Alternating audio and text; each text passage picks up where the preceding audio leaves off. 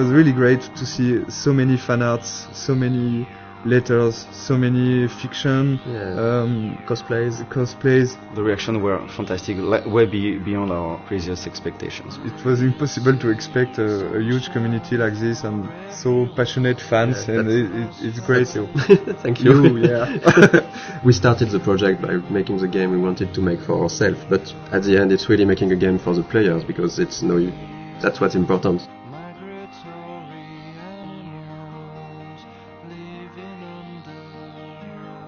So welcome to the dev commentary of Life is Strange. We're really happy to be there and talk about the game.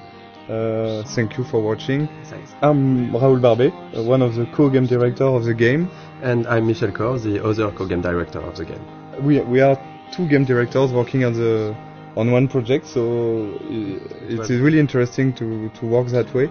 It can be hard sometimes, but I think it's a really interesting creative process, because we can challenge each other on a lot of aspects and find always the better solution for what's best for the game. If only Michel or Raoul was directing the game would have been really different.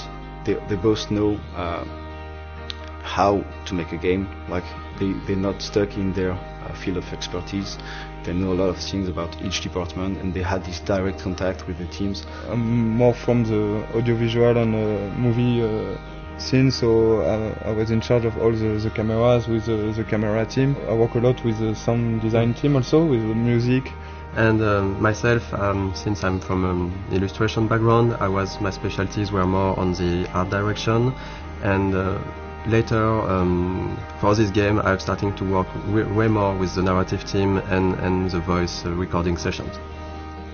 It was cool because they had a similar vision for the game, so we didn't have a yes from one and a no from the other. And actually, Michel and Raoul are in the game when you think about it, because there are two game directors, so we have a contraction which is Michel. But if you put it the other way around, it's Raoul and Michel, so it's Rachel. I'm pretty sure they did it on purpose. The idea behind the game was because both of us worked on Remember Me, and there were some sequences in this game called Memory Remixes, and one of the founders, Hervé Bonin, asked this small core team to think about a game with this kind of mechanism. Very quickly came the episodic adventure game, because we wanted really to do something like that. There is really a lot of good ways interactive ways to tell stories. On an episodic format, you have to make a lot of choice for episode 1, because you won't be able to change after.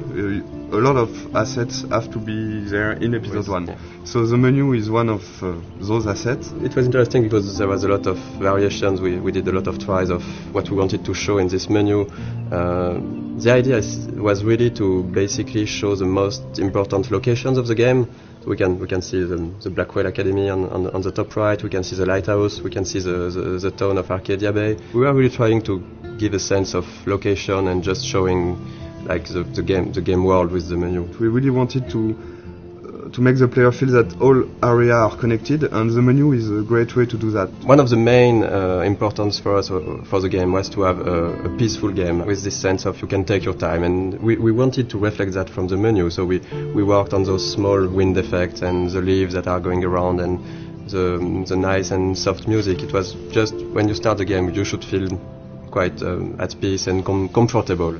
And even when the menu evolves in each episode, there is some small details that are changing. For the menu for episode 4, you have the beach whaled. That's this kind of details we wanted to just add with the variations of the menu. The game takes place in Oregon, in the Pacific Northwest, in the United States. When I went back there on vacations, I've seen a lot of places that really looks like what we did in the game. So I guess it was a really big job of references to be sure that everything was correct, but it's also something that's really exciting about making a game, that you have to look at everything and to reproduce reality, and with of course our own lens and stylizations, but we really wanted this to feel like being in Oregon. Sometimes people ask us if we choose to have a game in the United States for marketing, for selling the game. We knew that we were fans of like TV shows like Twin Peaks or X-Files. They have those trees and the Pacific Northwest feeling. I think they are a great example of a small community thinking that everybody know each other and everybody is happy, but when you put something inside this community, it could be something supernatural. You discover a lot more, and it's really a way to shift things around and to bring chaos and interesting variations on the characters. And in the end, Life is Strange is really a game and a story about the characters, about their lives. It's not a story about the sci-fi elements. The sci-fi elements are just for us. They were just here to make things interesting.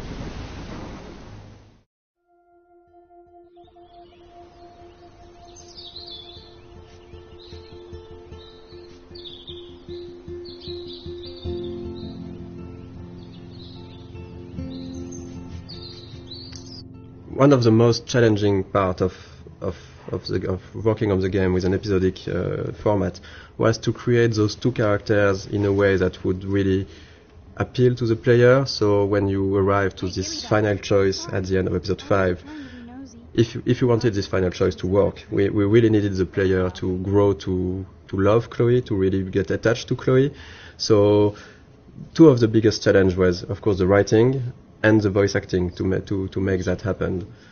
Of course, the story was written as a whole since the beginning, so we couldn't change massive steps, but small details could be added. A line of dialogue for a character, or episode 3 when you visit Kate in the hospital, and it wasn't supposed to be here, but we've seen how people loved Kate. And we realized how much it was important to have a scene like this one. It's a way of finding the voice of the character. So sometimes you just need to think about expressions or words that one character will use and the other won't use it. And that's how you grow to like those characters. Because when in episode 3 or 4, Chloe at the moment uses the word Hela, the players were waiting sometimes for it, and they recognize that, okay, it's Chloe because she's using that. So we're working with Blind Light in Los Angeles, and they sent us a lot of different voices to listen to them, and we have to decide. So we decided with Michel, Sebastian, and the producer, and Square, which one we want. So it was quite difficult. For example, for Max, we've got like 40, I think. Yes, I guess we got 40 voices. Different castings. For Chloe, it was 30, I think, something like that. Most of the time, we were quite sure and quite agreeing on the actor. It was really hard for Max, because it's always on our mind, like, are we really sure that we're doing the good choice? Because it's so important. I don't know the number of lines she has in the game, but it's almost, I think that there is almost 14,000 lines in the game, and I think that more than 10,000 are from Max. I've never played a character that I related to so much. I have a lot of the same issues that she does with her confidence, and so getting to play someone that seemed so similar to me was really an extraordinary experience. I really feel like I'm growing with her. We'll help you. Just let me go. And the fun story is for Jefferson. The guy we choose is Derek Phillips, and after we choose him, I discovered that he was Derek Phillips, and he's actually playing one of the main recurring character in the show Friday Night Lights, which is one of my favorite TV shows. Well, this has just been really fun for me, especially coming from the standpoint where, when I auditioned for the role, I wasn't sure if Jefferson was going to be the bad guy in this. So, you just kind of came in and we would do our voiceover sessions, and he was just a cool teacher. So it was kind of neat to find out about this twist. I mean, I'd kind of heard that might happen, but I didn't know for sure if it would. So it was really, really fun to play with that. So we are really proud and happy to have Anna and Ashley for Max and Chloe. All the voice talents we've worked with were really involved. They've given something unique to those characters, and that's why it has worked also. It's because there is a part of their soul inside their character. For Hannah, for Max, one of the hardest parts is that there is so many lines of inner voices. So it was really important for Hannah to give something great for those, and I think it was quite the case. And for Ashley, one of the really hard part is that there is and for Hannah too, there is a lot of really emotional scenes.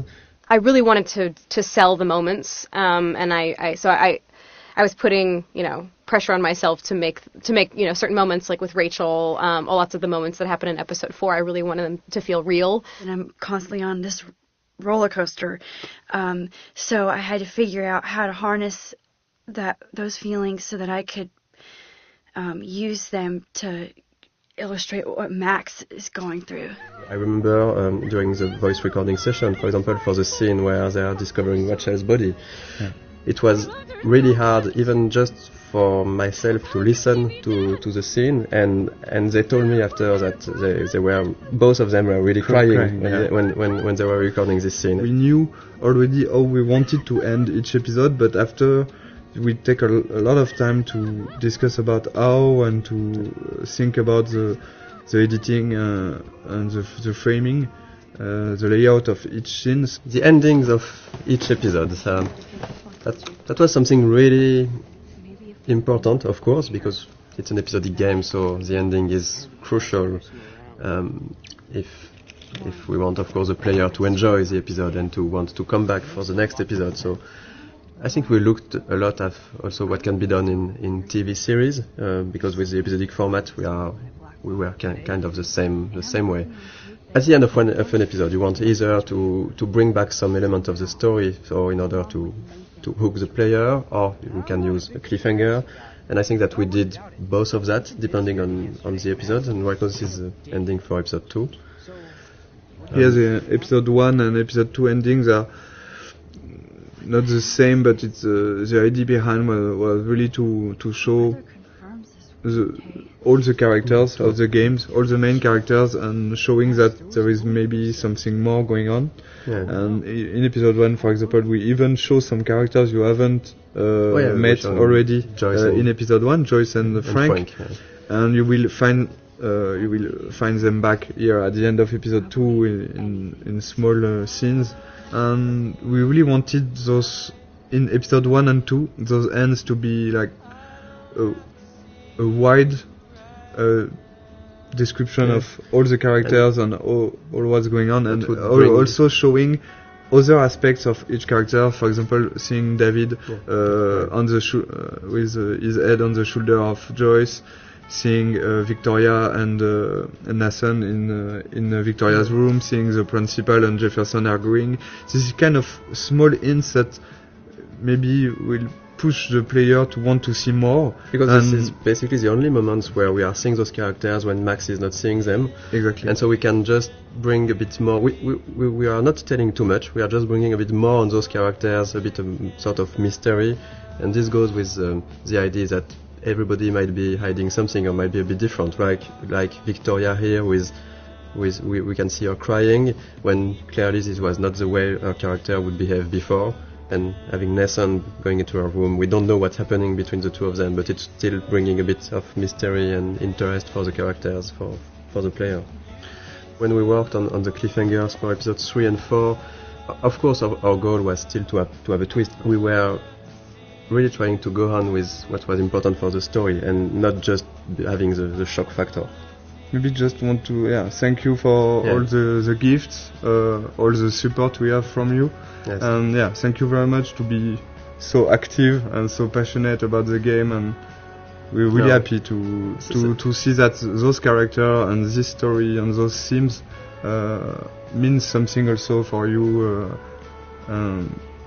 This is why we are doing games, so we're really happy, so thank you. Yeah, thank you so much. We really think that you are one of the best community we've seen for games. I'm going to cry, Michel. Yeah, and this community is really nice. I didn't see a lot of bad words. Sometimes in video games community can go easily wrong, and it was it's really pleasant to read and to read everything that the Life is Strange community has to say.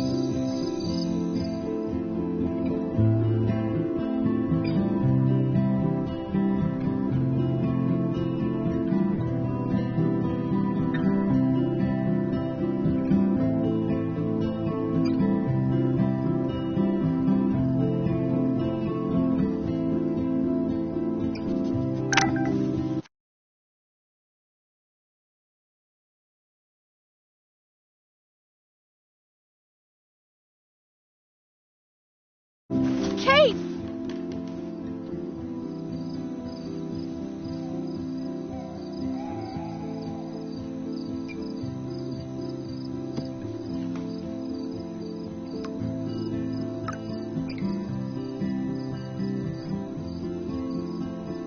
I knew Chloe would be all over this, so I better get moving.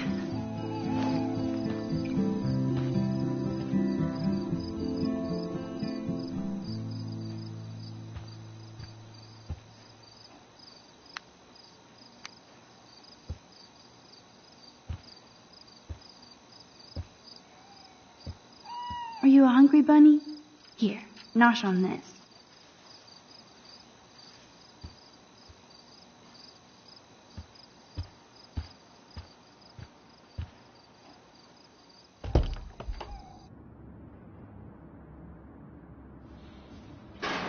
Okay, this is scary dark. Let there be...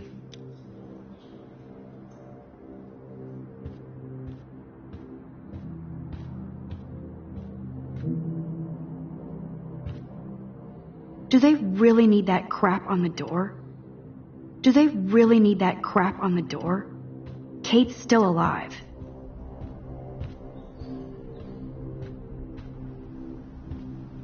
Hey, can you come in here for a minute?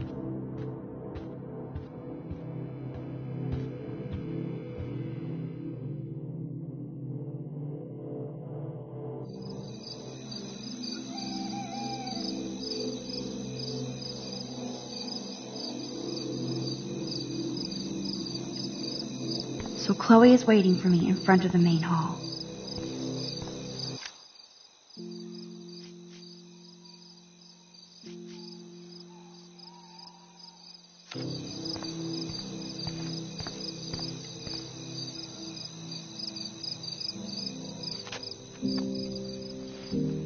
I feel so giddy, even after Kate almost jumped.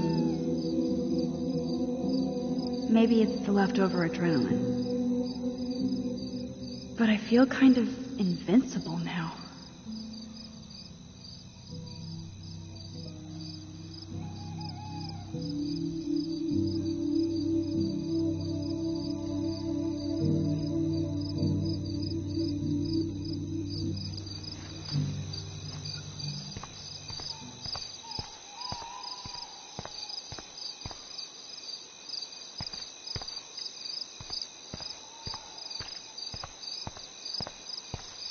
Oh, the most magical insects. Burn bright.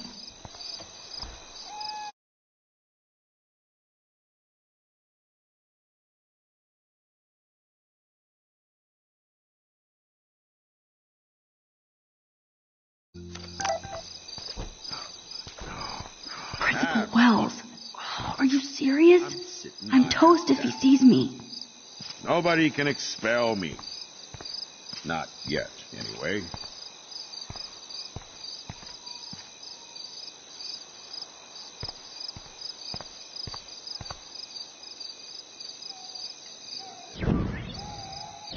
Blackwell almost lost.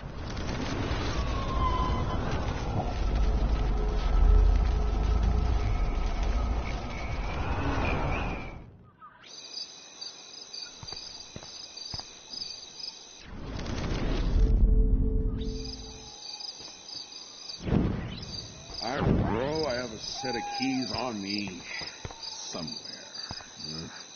Ah, gotcha. Now, why won't they fit? These keys are all broken.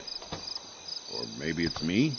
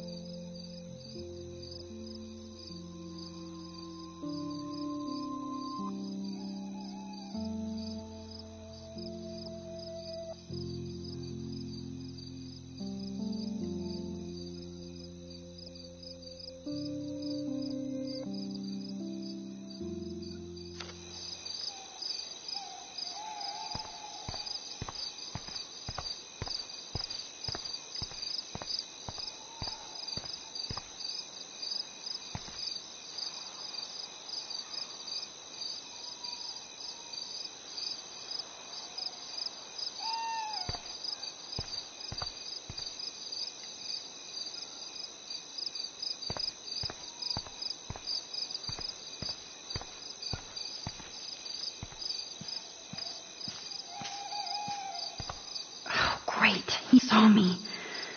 Maybe I could sneak by when he was trying to open the door.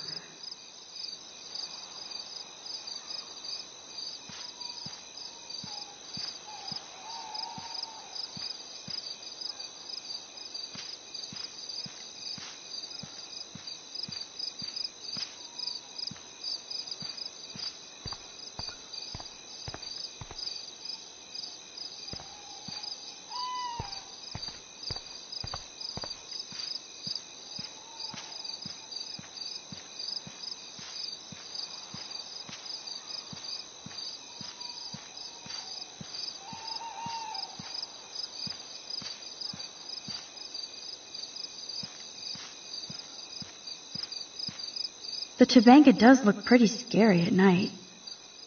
Please don't destroy me.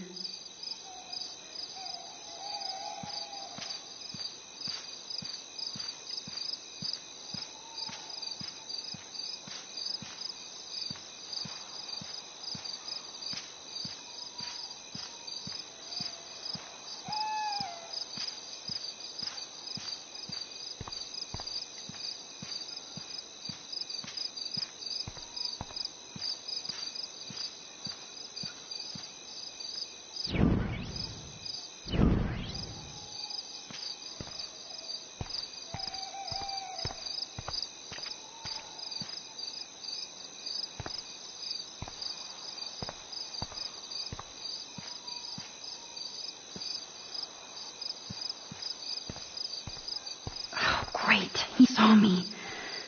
Maybe I could sneak by when he was trying to open the door.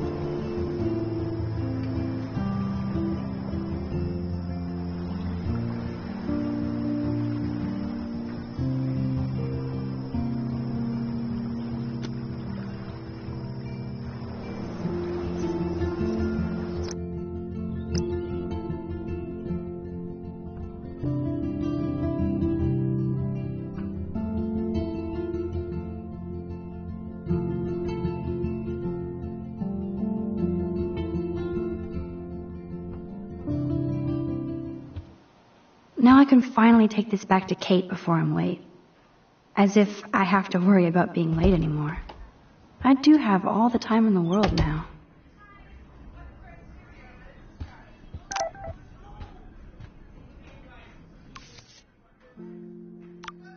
Oh, shit. Now I'm getting anonymous threats? It never ends. This has to be from Nathan. But it could be anybody. I better be doubly careful around here, or I could be in serious danger. If I'm not already. No need to go there now. No reason to go now. No need to go there now. No reason to go now. No need to go there now. No reason to go now. No need to go there now. No reason to go now.